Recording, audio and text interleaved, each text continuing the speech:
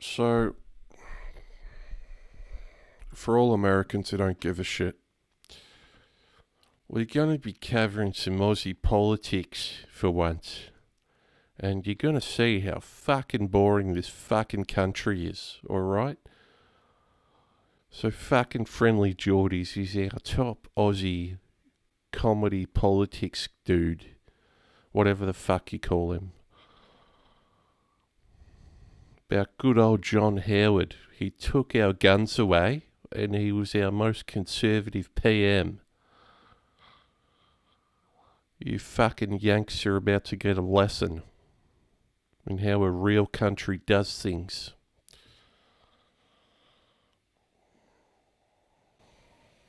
Today on Friendly Geordies, we're going to do something a little different. We will be discussing who is the most effective Australian leader of our lifetime. If you were born from 1996 onwards. Oh, who is it? Is it Scott Morrison? I'm going to guess Scott Morrison.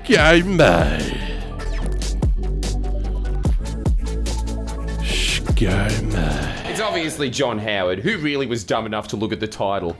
Is that an anagram for Malcolm Turnbull? No, but it is an anagram for Jordan Rowe, which, let's be honest, is probably better if Zac Efron changes his name to that nowadays. But you name a pressing economic issue facing the country today, Howard's fault, every time. My fellow dirty wog, keeping the bastards honest. Let's fucking go, you cunt. And your parents' fault for voting for him. But then again, I would have too, as Kim Beazley was fat. Ooh. Before we get into the nuts and bolts, quick gross oversimplification that isn't accurate, so why am I saying it? Basically because of our international viewers. So, Howard was our Reagan, just as handsome and charismatic. We've been over this in more detail, but in Australia, our Clinton got in before our Reagan, and because in the 80s the global economy was being completely restructured, our Clinton got to set up our system, which greatly hamstrung what our Reagan could do. While in the US, real Reagan greatly hamstrung what real Clinton could do. And also, who's more handsome? Seriously, ladies, I want to know. Unless you're Monica Lewinsky, then you don't have to answer that. But that doesn't mean Howard... Oh, Jesus. He was just playing on hard mode, which makes it all the more impressive, frankly. He was a clever little shaved chimp. Doesn't he look like that too? I see why people voted for him. He really does have that face of poor little guy. Look at him. The face of early evolution. He really wants that job. For anyone born after the 1980s, John Howard really did kill the Australian dream, which is so much more modest than the American dream. It's basically just, yeah, I paid it off. Time to enter retirement phase. Forex gold. They breed and tough up in Queensland. Knocking down the patio and rebuilding it because I've got fuck all else to do with life now. Not only that, Out on the patio we sit, and we accomplish fuck all. he changed what Australia is. This is permanently. Australia. John Howard is the granite fountain to Zac Efron's jaw of the entire continent. Not only is he simultaneously responsible for the Liberal Party's success, he's now responsible for its demise, as he completely changed what the Liberal Party is, which I Try and comprehend that one, you fucking American cunts. kind of like that he made it overtly. You know what? Free poor people. Actually, I agree with him on one thing. I like seeing the royal family in the tabloids. Otherwise, frig 'em. Actually, little cheat code. You want to know whether you grew up in the middle class or not? Both classes have their Said Howard Princess did Di one in the thing tunnel. point. And all the shitheads in the inner city. Yes, well, Howard did ban guns. Fuck that! I wish he didn't, so there was more of a chance of someone going on a rampage against yous c***s. I grew up POV. If you're POV, the one good thing he did was deliberately botch the Republic referendum, because I'm telling you, if you're lower class, We're still at the feet of old King Chazza. you feel me. There's just a deep, medieval peasant connection to the royal family that needs its fix of, ooh, Kate's looking extra fat. One thing I'll give the Americans credit for is they told the fucking pommy cunts to get fucked once and for all. And see today, truly a princess she is. Certified POV. To get Howard, you need to understand the political context in which the Liberal Party was formed. That party was born in 1944. The first It's Liberal Party fucking Menzies! minister was Robert Menzies, and his electoral Oh, strategy the over and goat over was PM. the Conservatives will just vote for you anyway. because they've got no one else to vote for. I mean, you could look at this. We got fuck else to do except buy ciggies and fuck the poor. Campaign poster. We believe in trade unionism and in the protection by the law of the rights Oh, secured. it doesn't get better than that. Fucking Menzies was a legend. God, look at the quality of that lying. By wage earners. It was the Liberals. The Liberals! It's shocking to us now because we grew up with the Liberal Party ads of, We're coming back! They've threatened payback. We're coming back! They've threatened standover tactics. They're fucking commies.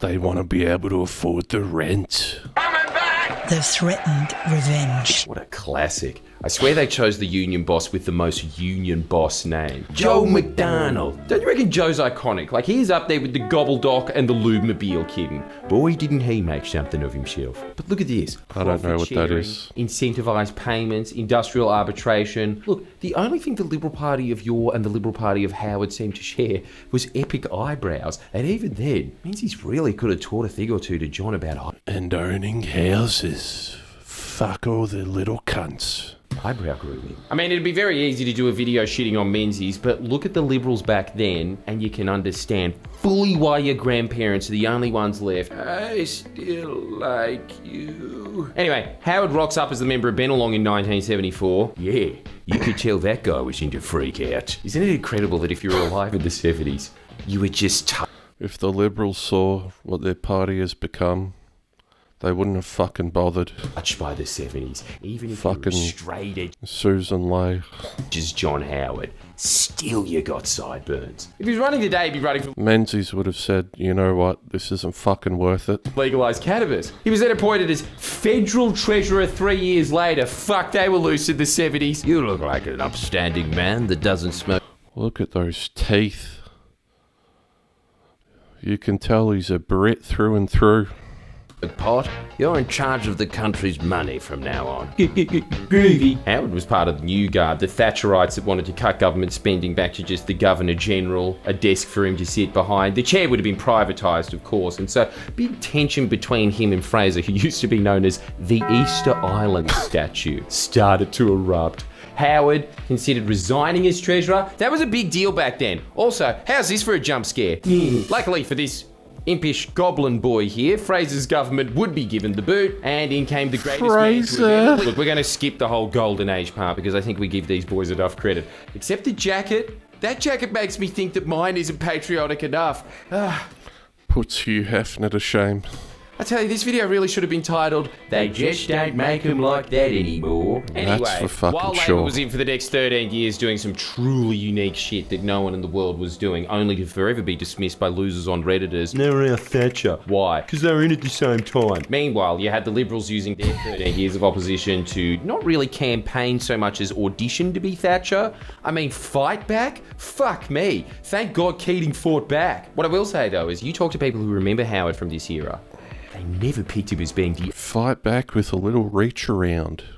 immortal titan god of the Liberal Party that he is today. He was a fringe weirdo that looked like a fringe weirdo. He would have thrown Susan Lay out the top floor of the fucking Parliament House window if he'd seen. Well, he has fucking seen, and that's what he basically said. He was too Pauline I Hanson. keep forgetting he's not dead. He somehow keeps living, the fucking bold cunt. Too much of a budget butcher. We only think of what the Liberal Party is now because he won it and shaped it in his own image, and then used it to shape the nation in his own image. And the reason he was able to do all of that is he's really intelligent. He has got to be an extremely deep thinker. No, he knew what he was doing for sure. He knew what he was doing for sure. He was a really good politician in that sense. And he basically used opposition as a time to gain experience points until he could finally defeat the final stage boss. Does that work as a video game reference? One of the first things Howard did was slash $8 billion of spending across all sectors of government barring defence. The spin was, the spending cuts were the bit of medicine we needed to address the black hole deficit left by Keating. Sound familiar? Abbott used it when he got Time to let Jesus take care of the poor. in. Barry O'Farrell, it was briefly Dutton's campaign centrepiece. He's back to Neptune. Look at that fucking head. Shorty in Queensland's using it right now. Howard invented the playbook. You pretend there's a budget emergency. There never is, but the Liberals then use it to justify ripping government Balance the stupid fucking budget. It's only fucking $5 billion out of whack compared to America where it's 37 fucking trillion. departments to pieces, which then makes them run like this car, and then people start And it's padding stations. hating these services because they don't work anymore. That gives the Liberals a justification to start privatising these systems, which really just adds another layer of private bureaucracy over the public bureaucracy that doesn't work. Telstra, basically. That's the ultimate vision for the Fucking Telstra. bureaucracy over the public bureaucracy that doesn't work. Telstra, Fucking Telstra. Fucking you hard in the arse. basically. That's the ultimate vision for the Liberal Party for Australia, just Telstra. It's also a brilliant electoral strategy for that side of politics, is when people distrust the government, they vote for the party that constantly says fuck the government, doesn't believe in government. In fact, it's pretty much summed up by this Clark and Dawes sketch fan fiction that I did ages ago. Well, our message to the public is simple, Brian. We hate the government as much as you. Right, and what are you running for? The government. So you want to be the government because we hate ourselves and we think we should be taught a lesson by getting elected and having to put up with the bloody government. These were absolutely brilliant. So you're running on a platform of, you hate us, we hate ourselves, we're on the same team, come on, let's punish the government, which, if successful, would be you. Yes, I wouldn't want to be us if we were elected, Brian. Right, and you'll punish the government by privatising it, laying people off. We're talking about really ripping the government a new one, Brian, which would eventually make The fair dinkum Aussie way. the government dysfunctional, leading to bad government. That's right. Right, so we elect you to punish us for being awful. Okay, so you can continue making the government worse and worse, so we keep getting re-elected to punish the government for getting worse and worse. You following? I don't think I am. Oh, you see, we're even terrible at communicating, Brian. We're really hopeless. I've got an entire live show available at freelyjordies.com if you want to deep dive into how badly John Howard ran the economy. Oh, why haven't I cracked into the American market yet, eh? In short, though, Howard's promise of delivering small government failed. Government debt started creeping upwards towards I think we all know. Because we're the bootlickers and they get to say they're in charge. the final years of his tenure. His fiscal policy became Despite them fucking AR-15ing their school kids every day. so scatterbrained that the IMF marked down the years of 2003, 2005 and 2007 as years which Australia had engaged in exceptionally wasteful spending. Thanks, Kevin. The last time this happened in Australian history was in 1960 when Robert Menzies was in power, so Fucking Menzies, the glory days. Whitlam or Rudd governments that had to deal with massive The Monash Lord. crises had their spending marked as wasteful by the IMF. So many We've drugs. done the Liberals a bad economic managers point to death. This video is about something deeper than that. It is about how Howard made us a far more selfish, mean-spirited country with a deep-seated distrust of government, which automatically makes it difficult for the government to do anything. Because the default NPC thought now is, oh, all politicians are corrupt, the government sucks. Howard very deliberately cultivated that mentality so that the Liberals have yet another electoral edge as the media, big business and government institutions all being on their side wasn't enough of an edge. All true. Brilliant analysis as usual. They also had to shape the mentality of the public into, gotta pay my mortgage, pay my interest rate. That's it! I'm killing him! I'm killing that jackass! My gun holster's empty! Damn you, Howard! We've gone through the big ticket items before, like dividend imputation, which was introduced by the Hawke government in 1987. Oh, absolutely brilliant. Originally, it was the government essentially saying, you don't have to pay tax on dividends that you get from stocks twice. Fair enough. What Howard did, though, was supercharge it. Pay tax on dividends that you get from stocks twice. Fair enough. What Howard If that's not the face of a leader, I don't know what is. Get him, Johnny. Get those fucking poor cunt dole bludger cunts. did, though, was supercharge it to an absurd level. If you don't pay income tax, the government literally mails you a check now covering the cost of the tax credit you would have received. You deserve the knighthood from the fucking Queen. It effectively is receiving a tax credit for a tax you're not paying. The other one, which we've done to death, obviously, is the original sin in this country, which is halving the capital gains tax. That's why we're having this housing crisis today. Howard knew it was going to cause a housing Jesus will take care of our children. crisis, and he did it anyway. Why? Because he was playing 4D chess. This was not about appeasing donors in property development. It's called a zero-sum game, you fucking retard lefty cunts. And John Howard was thinking way bigger than that. He was thinking about how to change his See, Keating's big retirement idea was superannuation. What is that? That's essentially saying, let's get all the workers to pull their money together and then invest Let's not try to fuck everyone over and so our kids can't own a fucking house. that money in building the nation. And then from the wealth generated from building the generation, you get to retire in style in a better nation. What's the Let's actually try and have our children own a fucking house. ideology behind that? Citizenship. It's the idea that if you look after Australia, Australia will look after you. It's the Commonwealth in the rawest sense. We're all working towards a grand project because the more we build it, the better off we'll all be. Through halving the capital gains tax, however, what's Howard doing by trying to destroy super and instead say, no, this will be your retirement plan, your house, and your shares if you personally decide to invest in them, if. He's saying there's no society. You're not part of any grand project. You have your little fiefdom. That's it. You protect that, you pass it on to your children, fuck anyone else, you've got yours, screw society. You can see the end results of these Absolute truth. two visions as well. Keating created one of the largest class mobility rafts in human history. Howard's Oh, figure that. A politician who didn't want to fuck everyone over.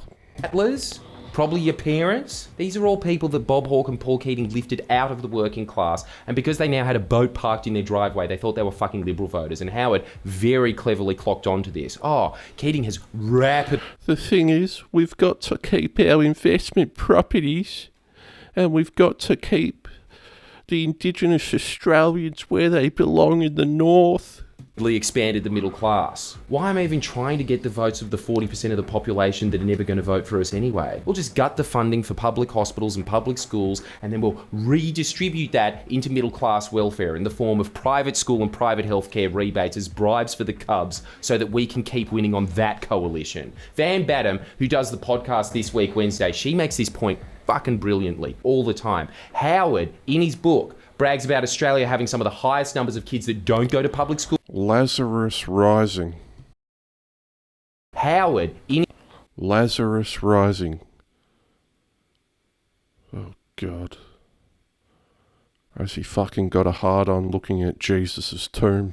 his book, brags about Australia having some of the highest numbers of kids that don't go to public schools on Earth, about a third of the population. That is a third of the population being deluded into thinking, yeah, fuck yeah, I'm going to be the head of Westpac when I grow up. If you went to Knox. But, not to Knox your dreams there, buddy, but you went to Rockhampton Grammar. A third of the population being raised with the expectation that they were born to rule, only to get a job in advertising or real estate. What this has done The Australian dream.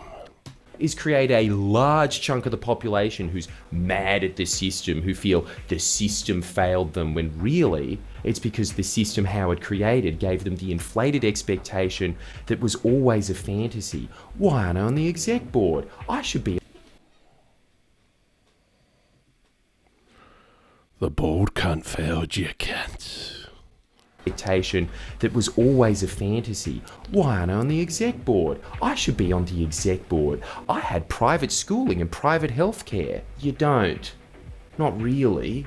What you have is the ruling elite fun ride experience paid for by the crumbling of this nation's institutions. And you're living paycheck to paycheck, just like the dirty fucking Centrelink cunts. To give Howard the time he needed to change the soul of this nation. That's how big he was thinking. That's what he was playing for. And The soul of this nation, with England's 2-inch cock up our ass. that's what he succeeded in doing. You can see it in everything from his interest in rewriting the Australian origin story to exclude unions to his love of cricket. Howard understood us better than we understood ourselves. And he Just treated us as like good as Wardy. why I really respect the guy. See, the real Reagan was just a handsome 70-year-old with dementia. Our Who gave the blacks all the crack they could get. Reagan was a fucking genius. The Libs have never had a genius since. Well, they had one self-proclaimed genius. Now see? That's real upper class.